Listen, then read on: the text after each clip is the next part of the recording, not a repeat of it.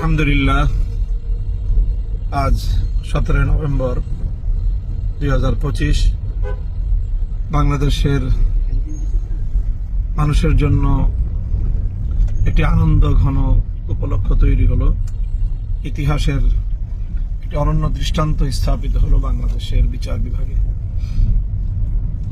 বিগত 2024 সালের জুলাই বিপ্লবের সময় নিরীহ ছাত্র জনতা সহ দেশপ্রেমিক নিরপরাধ মানুষের উপর নির্বিচারে হত্যাযজ্ঞ পরিচালনার দায়ে ইতিহাসের বর্বরতম ঘৃণ্যতম নরঘাতক স্বৈরাচারী শেখ হাসিনাকে মৃত্যুদণ্ডের ঐতিহাসিক রায় প্রদান করেছে আন্তর্জাতিক অপরাধ ট্রাইব্যুনাল।